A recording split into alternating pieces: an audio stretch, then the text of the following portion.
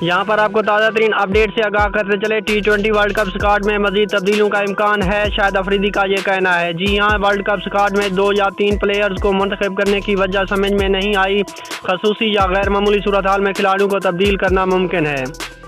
اس video میں ہم آپ کو مکمل طور پر تفصیل سے بتائیں گے۔ اس سے پہلے کہ اگر آپ ہمارے چینل پر نئے ہیں تو ہمارے چینل کو سبسکرائب کر دیں اور ساتھ دیے گئے بیل آئیکن کو بھی پریس کر دیں تاکہ ہر نئی آنے والی ویڈیو آپ تک بآسانی پہنچ سکے۔